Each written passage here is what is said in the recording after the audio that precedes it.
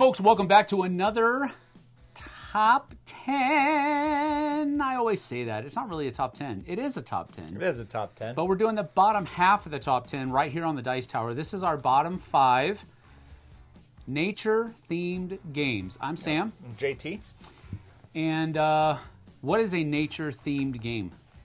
Well, I actually went very, very, very specific. The game had to be like very ingrained in nature. Like really, really. I have several games that didn't make it just because they had some fantasy elements to them and stuff like that. So nature is nature. Maybe we're doing 2 bottom 5s. We might be doing 2 different lists. That's okay. Because I found out very quickly, I just don't like a lot of nature-themed games. I hear that. Nature-themed games, I guess, because they're so tied to science that the publishers think that they need to be heavy games now. Because they need to attract all the scientists. There's a lot of new nature-themed games that come out in the last couple of years. I know. Most of which I haven't played. But those are all heavy. Maybe. Heavy's not bad. Heavy's good. Depends on what you're talking about. You gotta lift that oak trunk. It's heavy. That's all I'm gonna say. Trees are heavy. All right, well, here we go. Let's see how our definitions of nature worked out in our bottom 5 nature-themed games. Let's hit it. All right. My number 10 is a little card game. Actually, they're not really cards. They're more like tiles. Oh. But they're card-shaped tiles, so it was kind of strange. But it's by a company called Thunder Griff Games, and this one's a little one called Spirits of the Forest. Okay, sounds naturey. Oh, it definitely sounds naturey. It sounds naturey. Now, it did go off in a little bit of a mystical genre, but not too far to where I thought it was more fantastical than it was about nature. But it was basically it's a set collection game, basically, and whoever has the most sets of symbols from, I think there are 9 different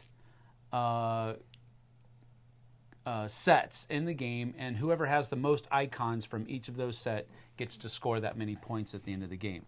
But the cool thing about the game is that all of the tiles are laid out on the table in front of you. And you can only, so it's kind of like a reveal thing, kind of like a Seven Wonders Duel, where you can take one and it reveals 2 others. You can only take from the outside of the forest when you're choosing what tiles you're going to take. But they're all face up? They're all face up. You can all see what's going on. So there's no reveal. There's no reveal. You can all see it, but it's locked. You can only take off the end. And that's one of the cool things about it. There are other tiles. There are not really tiles, but there are, what do you call those? Tokens. That are put on, you use 8 tokens out of, I think there are 12 or 14 altogether in the game, so you don't use all of the tokens in one game. But you set those out, and those tokens can do certain things, like they'll give you one more icon of a certain type, or they'll allow you to do something else that's a little bit of a bonus.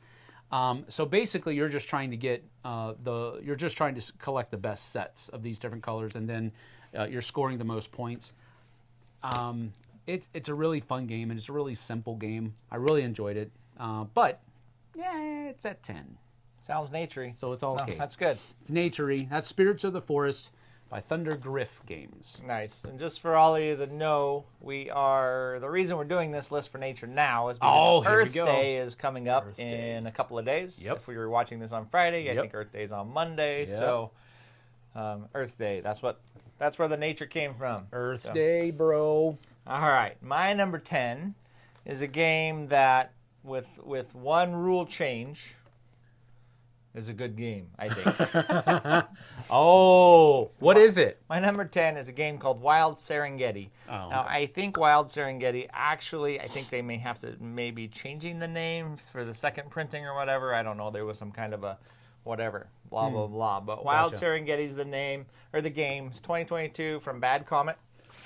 In Wild Serengeti, you are action selecting on these like 8 different actions. that you have a board that's gridded out, and it has forests and hills and water and all this types of things. And all you're doing is really putting different animals on there, trying to make these scene cards. You have all these different scene cards. One scene card might say that you need a jackal, a lion, and a zebra in a straight line. And you want the zebra to be in water. So on your turn, you're hitting one of these things and putting a zebra in the water. And then you're trying to, once you get all three of those things lined up, then you can score that. Card. And it's really quite an interesting puzzle because you get more and more animals on there. It comes with this really cool rock, this 3D rock structure that's built.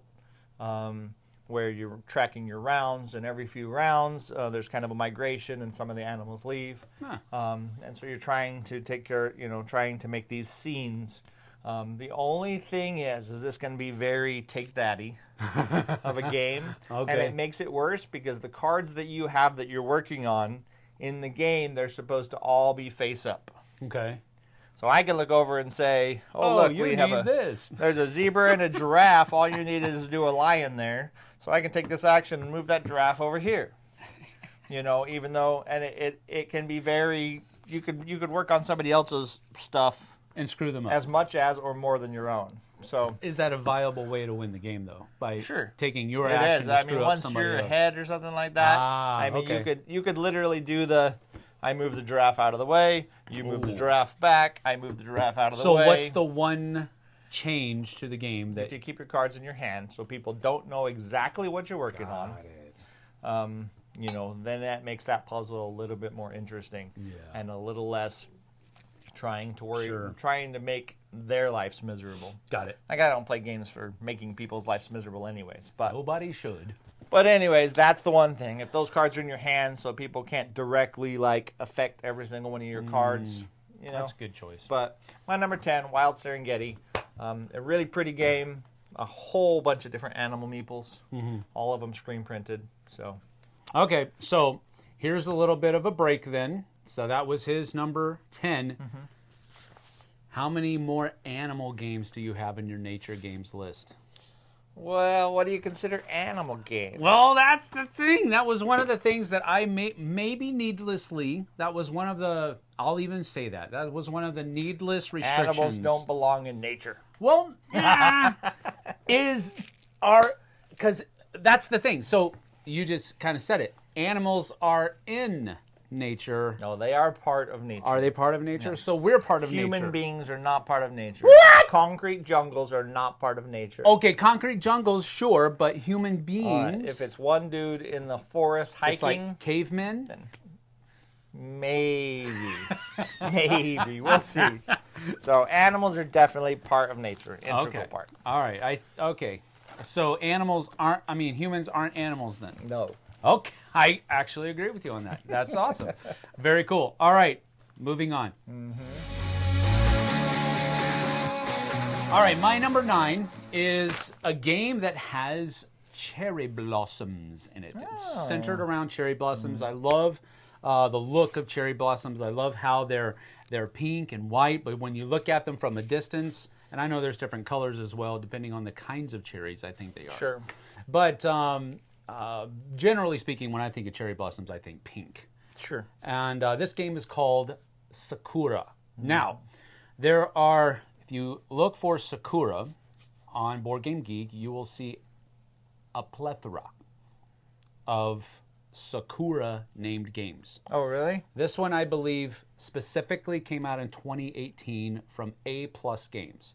Okay. It comes in a very stark white box with a couple of branches with cherry blossoms on it.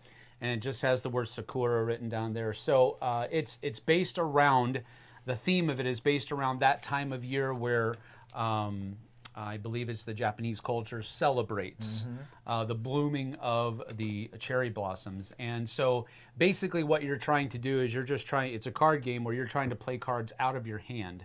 And I believe the first person to play all the cards out of their hand is the winner, or something close to that. I haven't played it in a long time. Sakura! No, you don't have to do that. Actually, there's some. Anyway, we'll talk about stuff like that later.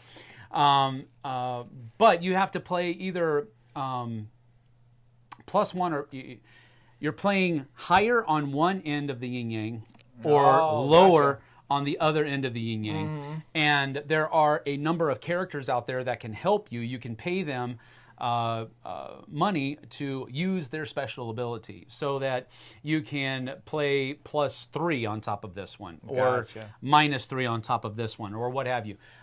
So it's on your turn, you're just playing 2 cards. You're playing boom, boom. That's the end of your turn, and you continue going. But it's a really fun game, and it looks really good as well. The only thing I don't like about this game is it has one of those boxes that are just way too big. Because there's like one piece, and it's this, it's like a roof tile that goes over where all of the special people are. And it's like this long.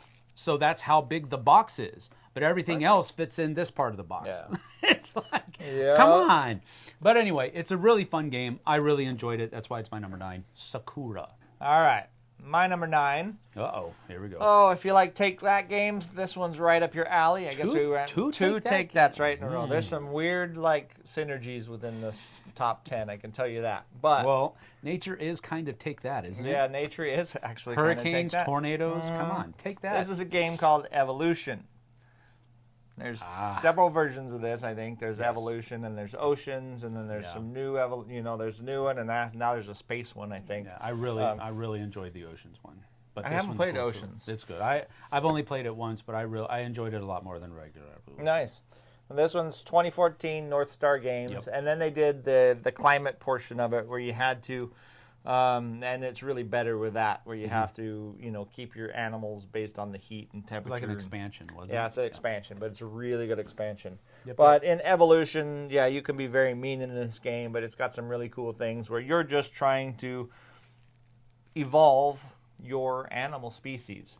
I mean, it could be one, or you could have multiples as the game goes on. But at the beginning of the game, or at the beginning of the turn, also everybody has to put down a card, and that kind of determines how much food is going in that everybody's going to have to pick from later. So, people can be mean and not put enough food in there to feed everybody's, critters and things like that. And at the same time, on your turn, you can play down cards that will change, that will evolve your creature's attributes. Like you might give them climbing, so they can get away from a predator, or you might make them larger so the small predators can't attack them, and you can also increase the number of animals in that group. It's just a really cool balance. You have to feed them. You want to get the biggest, most numerous creatures you get in each of the things so you can get points. And you're really scoring how much food they eat. So that's where your scoring comes from. So. And you can turn them into a carnivore and eat your neighbor's little critters, which is kind of rude, but it happens. So. But you can do it. But you can do it. So my number 9 is Evolution. It's really quite a fun game. Yeah, it is. It is. North Star did a good job. And don't play it super serious.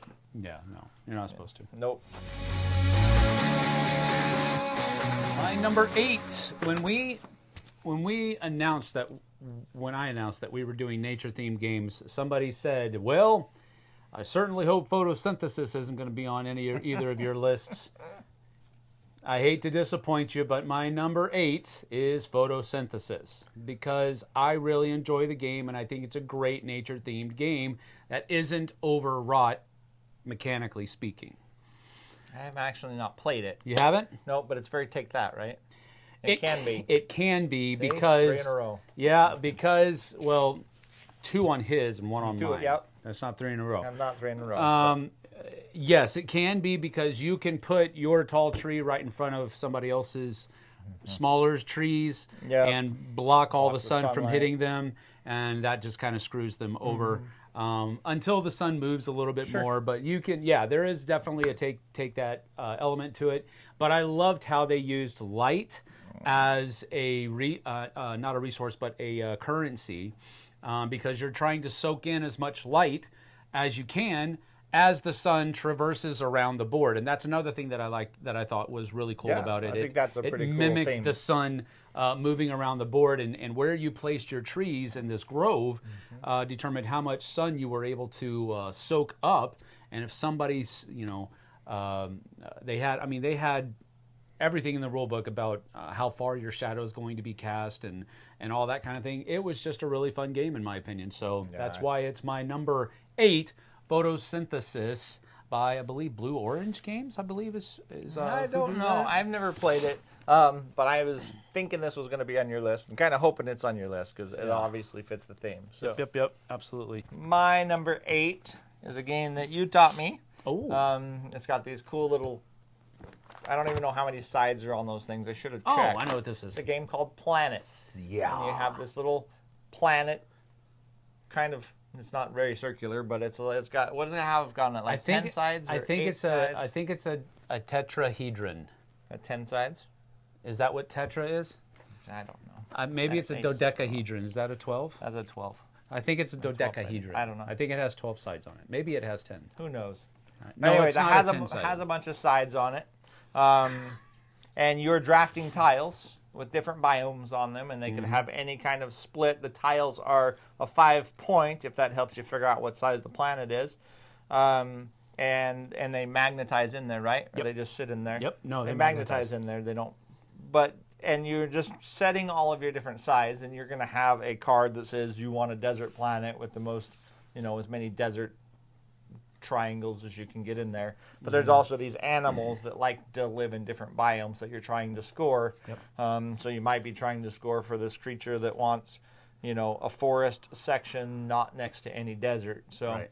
And then you have to get like 5 sections or something like that, right, to score them. But you're trying to score that before them, but you're also trying to work on your desert planet. So I might not try to score that guy, but or the whale that wants to be in a bunch of water. But you're just trying to score these animals, and you're just drafting these tiles every round, and just trying to put your planet together. Yep. It's not a super in-depth game or anything else. Nope, it's not.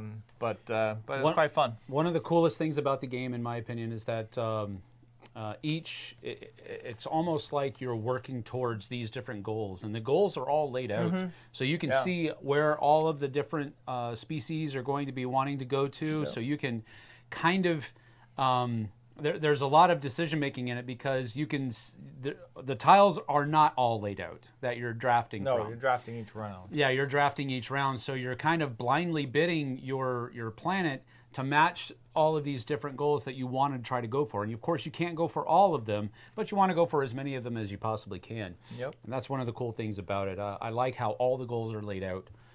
It's just a great game. And it's tactile because you have that little planet that you're very building and spinning around and everything else. Yes, very tactile. Very cool. All right, that's cool. That was your number 8, correct? Yeah, it was my number 8. Sweet, good game. No, take that. All right, my number 7. The game he was just talking about. Oh, nice. Planet. Planet is my number 7, and I already mentioned how we like all of that stuff.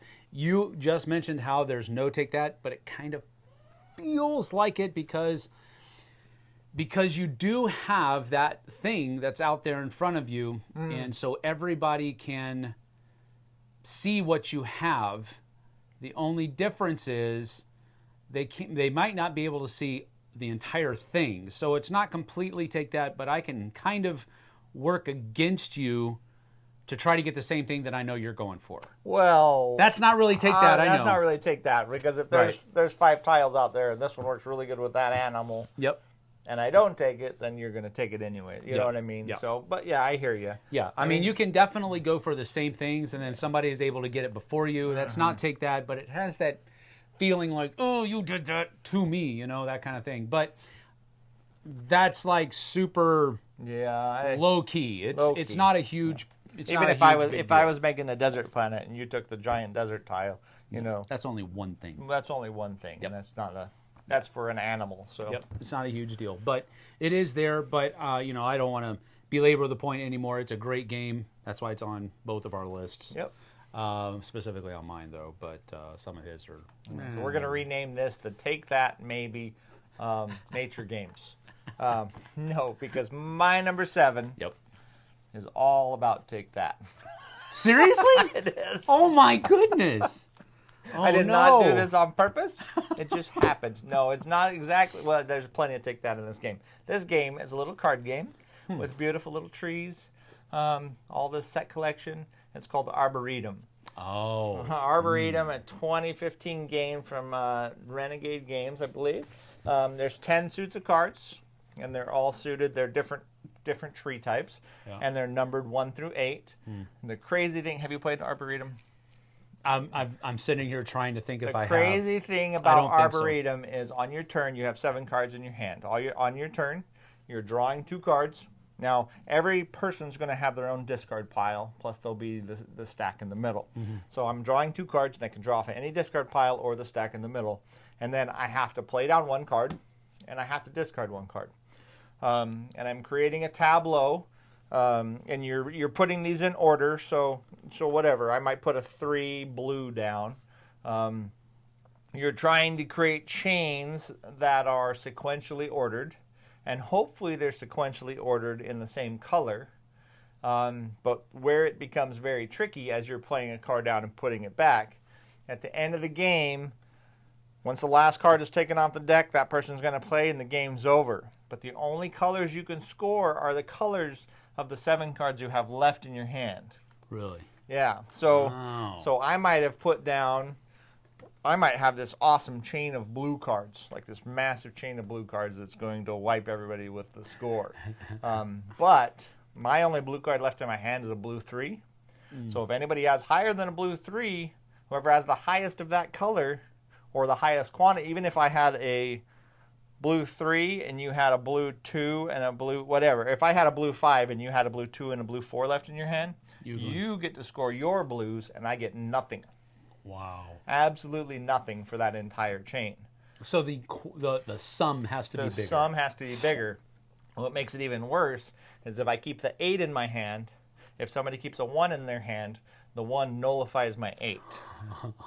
And they can score theirs for their 1, or the person that played the 3 can score theirs, and neither one of us get to score anything. So you have to really know when you're discarding, oh, what do I need to keep in my hand so I can try to score this?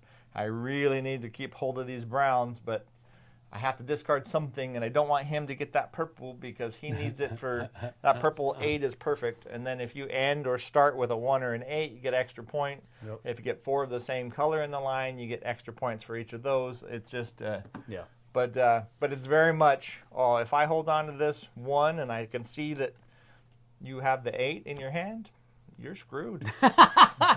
Sorry, but it's very pretty cards. Sorry, not sorry. Sorry, not sorry. The art is awesome. Yeah. But it can be a very, very mean game. Yeah. From your description, I don't think I've ever played the game, but I do remember it. I do remember it coming out, and I think probably Z was the one that took care of this one, but I couldn't. That's just my first impression. He usually was the ones that took these kinds of games. Sure. So that's cool. All right. My number 6. Last one on this half. Last one on this half. You'll have to get numbers 5 through 1 over on the flip side. We'll talk about that in a little bit. My number 6, we just played. We actually just got, I didn't play it, but I saw that it was being played at our last board game night on Friday. And it is Takenoko. Nice. Takenoko. This one is a really cool game about basically just growing up your forest of garden, maybe would be a better way to put it, of bamboo gardens. And it's got a really neat gardener in it. It's got a really neat panda in there. And I haven't played it in so long, and I watched it being played, and I was like, man, I want to play that again. It's super fun. I want to play that again. It's got such a great table appeal because it's got a lot of colorful pieces, and you're building up your bamboo stalks with all of these different colors. It just looks so great, and it looks so fun. It's just a very aesthetic game for me, and I still own it. I wish I had the super deluxeified version of it, but I don't. I've just got the base game, but the core box. But we should play that after this. Really enjoy. Okay, I'm good. I'm down. I'm down. All right, so that's my number 6, Takenoko. Fair. I'll tell you why it's fair in a minute. No. It's your number 6? No, my number 6 is a war game okay. in the forest. A war game? With all the little critters. It's called Root. Oh, Root. Root is definitely a nature-themed game. Sure. You got the birds against the cats, against the raccoons, against all the little critters, and they're all just wiping each other out. See, another take that game too. No, I don't think you can consider a war game a take that game. Yeah, well, take it kind that. of is. I'm bringing my army. Take that. But yeah, very asymmetric, and you just have all these different factions that have all their different ways of playing and their ways of getting points and their ways of winning, and they're all very significantly different. This is a hell of a game to try to teach anybody. Pardon my French. I've talked about that before, yeah. But which is why I don't play it very often. But it's a really cool game and really well balanced. Each faction plays so differently than the other one. Yep. You literally have to teach each player how to play their faction. Yep. That's why he's saying that it's so hard to teach. And that's why it's my number 6 and not higher up on this list. Higher on the because list. Of difficulty. I've never played it because of that hard entry level. It's amazing, and at the same time very painful. All right. But once you know, it's quite fun. Once you know, you know. All right. Well. All right. Before we get rid of this video, Go ahead. I'm going to add in 4 games that didn't make this list just because of the iffiness of their nature theme. My first one was Reef. Reef technically is a nature theme game, but it's very abstract in the way that it plays, right? My second one is Hive. Again, another abstract game. I love it. It's got the bugs and everything else, but very abstracted. My third one is Abyss. I love Abyss because it's, ocean themed and everything else. But I feel like I'm about to be attacked. We don't know if there's any Abyss leaders or, there's like these underwater titans and tritons. It's a little fantastical. It's a little fantastical. Right, I love the game. A little fantastical. And my last one was Takenoko. Because it's not technically nature, sure. Yes, it is. It's gardening. It's gardening. Yeah. That was. You garden. That's working with nature. I know. All right, fair. That's why I said it was fair. It's not going to be my only garden. I mean, photosynthesis is all of those kind of gardening games. Too. No, that's just trees. You're like the god of trees. There's a tree. All right, fine. I'm just saying that's not my last gardening game, so that's all right. We'll have to come back to this. I figured I'd say it on this video. All right. As a foreshadowing. Well, that is our bottom 5, numbers 10 through 6 of our nature-themed games. On the flip side, you can go check it out right now. We're not going to wait any longer. I'm trying this for a couple of weeks. Oh, you put them both out on Friday? I tried it last week since I had to wait to put out the 2012 list on Sunday. I made our top 5 go up on Sunday as well. All right. So we're going to try that for a couple of weeks to see if viewage is changed. If it is not, then I'm just going to go back to doing it the way we were doing it and say... I like it either way, because then you can watch them one right after the other. One right That's after kind of the other. nice, too. That's the thing that we're going to see, because I had some people say, why don't you just put them both out at the same time? It kind of makes sense. I was like, okay, that makes sense. We'll give it a whirl. If it doesn't have if it's a drop in the bucket, who cares? We'll just do it whenever we want. How's that? Fair. We'll Thanks wait for a couple joining weeks. us here on the Dice Tower. Yes, on the Dice Tower. We'll see you guys and gals on the flip side. Take care. See you later.